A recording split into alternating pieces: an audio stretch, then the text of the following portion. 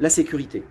Bon, on va commencer par les signaux auxquels vous pouvez être confronté. D'abord les drapeaux. Vous êtes censé dans la journée, potentiellement vous pouvez voir 3 drapeaux. Le drapeau à damier à la fin de chaque session, le drapeau rouge s'il y a un incident en piste, voilà, je vais y revenir, et mauvaise nouvelle pour le principal intéressé, le drapeau noir, hein, c'est-à-dire que si on vous tend le drapeau noir en vous regardant insistamment, c'est qu'on a détecté un problème sur votre moto ou alors qu'il y a quelque chose qui tourne par rond et vous devez rentrer le plus vite possible au stand. Le plus vite possible, c'est-à-dire par la piste quand même, coupez pas à travers champ non plus. Voilà. Alors, l'entrée en piste. L'entrée en piste. Nous sommes ici. Plus exactement ici. L'entrée en piste se situe ici. Attention, c'est un endroit délicat parce que ici, là, on est en plein axel, le nez dans le guidon, on est en fond de troisième, au moins 180 km/h. Donc il est bien évident que si on fait n'importe quoi à l'entrée, ça peut très mal se finir. Par conséquent, je vous demande, s'il vous plaît, je le fais à chaque briefing et à chaque journée, que ce soit des Open ou des journées club, il y a des gens qui ne respectent pas cette préconisation. Donc je la répète encore. Vous prenez la piste, vous avancez, vous restez bien à gauche, bien à l'intérieur du virage.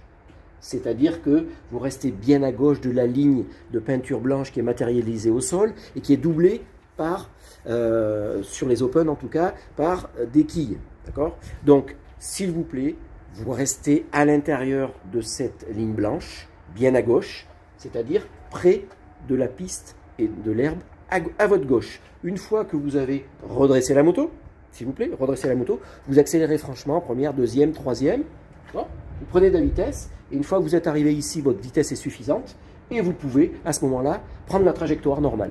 D'accord ? Ok ? Très important. Ensuite, la sortie piste.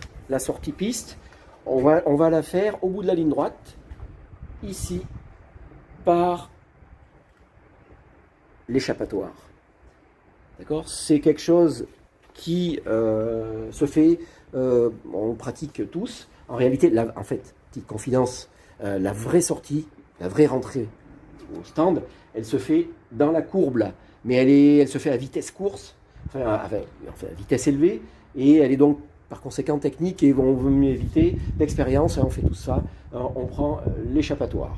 Attention, quand vous décidez de rentrer au stand, que ce soit parce que c'est la fin de session, ou que ce soit parce que vous êtes rincé, vous avez un problème, bref, en courte session, dans la ligne droite, vous signalez dès le début de la ligne droite, quand vous êtes bien à gauche de cette ligne droite, okay, vous signalez en tendant la main, la jambe, à ceux qui arrivent derrière vous, que vous allez rentrer.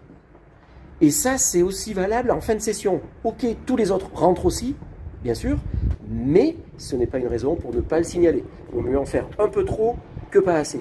D'accord ? Donc, vous êtes à vitesse soutenue, évidemment, là, à ce moment-là, puisque vous êtes censé sortir le pied ou la main, vous n'êtes pas trop vite non plus, d'accord ? Mais vous n'êtes pas à 2 km/h non plus, d'accord ? Il faut rester cohérent sur la piste. Vous rentrez, hop là, et vous prenez le petit chemin goudronné qui n'est pas très large, mais ça suffit largement, pour rentrer donc, sur le paddock. Ok ? Ça, c'est pour entrer, sortie piste. Je reviens sur les signaux. J'ai évoqué les drapeaux. Alors, le drapeau rouge sera lui doublé de feux rouges que vous apercevrez à différents endroits du circuit, en particulier dans la ligne droite, avec un feu qui est situé sur la passerelle, et dans la perspective, en plein dans l'axe, dans le champ de vision, vous en avez aussi au bout de la ligne droite, donc vous ne pouvez pas les rater. Donc, un drapeau rouge agité par le préposé au drapeau à l'entrée en piste, ainsi que les feux rouges, signifie qu'on a un petit souci qui nécessite l'interruption de la session. D'accord ? Alors, ça peut être une chute malheureusement, aussi, ça peut être aussi un objet, un débris sur la piste qui est dangereux, etc. Alors, quand vous l'apercevez, ce signal rouge, vous ne vous jetez pas sur les freins en coupant, parce que vous imaginez bien que pour les mêmes raisons. Derrière, vous pouvez avoir quelqu'un qui est un peu né dans la bulle, qui n'a pas forcément vu aussitôt que vous le signal, et qui arrive plein trage, plein gaz, avec le risque que ça comporte, vous l'avez compris. Donc, on peut rendre la main un peu, mais on finit le tour à allure soutenue, et effectivement, une fois qu'on arrive dans la ligne droite, même si là aussi tout le monde est dans ce cas-là, vous ne faites pas l'économie de signaler aux gens qui arrivent derrière que vous rentrez. Voilà, d'accord? Alors, en termes de sécurité aussi, ne cherchez pas à exploser le record du tour dès 9 h du matin.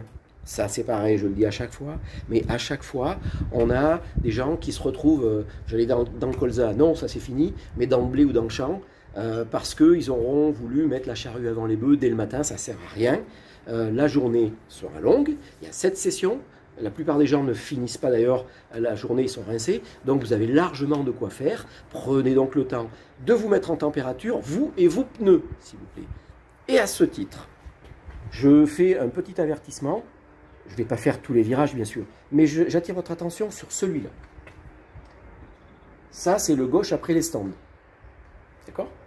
Virage difficile, parce que rapide, aveugle, et dans lequel il faut déclencher tard, si on veut être bien sur la trage, en sortie et accélérer. Ce virage, il a aussi comme caractéristique d'être le premier virage à gauche depuis longtemps, c'est-à-dire depuis ici, d'accord? Et encore, avant ce virage à gauche, il n'y a eu que des droites avant. Donc ça veut dire quoi? Ça veut dire que le flanc de votre pneu à gauche est froid, d'accord? D'autant plus que dans la ligne droite, il s'est encore refroidi, ce flanc.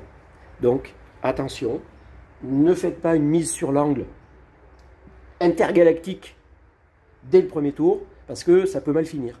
Donc prenez le temps de sentir la montée en régime, la mise en régime, de vos pneus, du bonhomme aussi là, parce que si on n'est pas bien réveillé non plus, comme ça va vite là, ça peut être surprenant un petit peu. D'accord? Ok.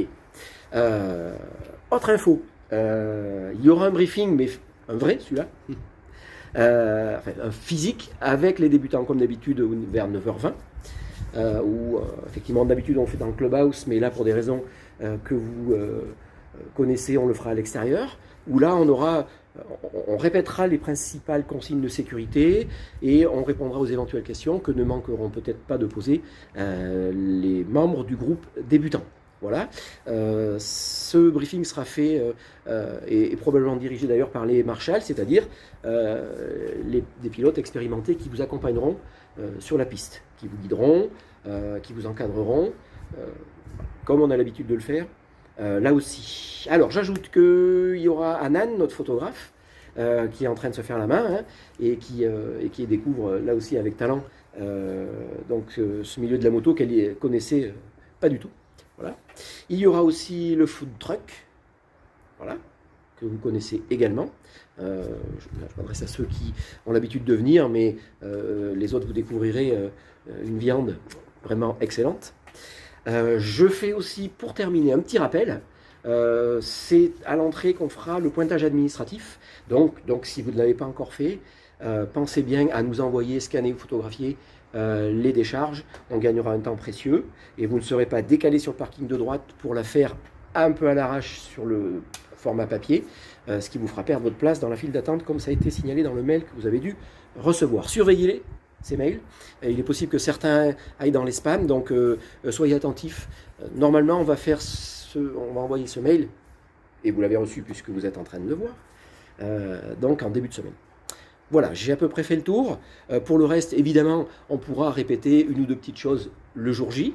Et évidemment, comme d'habitude, tout le team Volca sera à votre disposition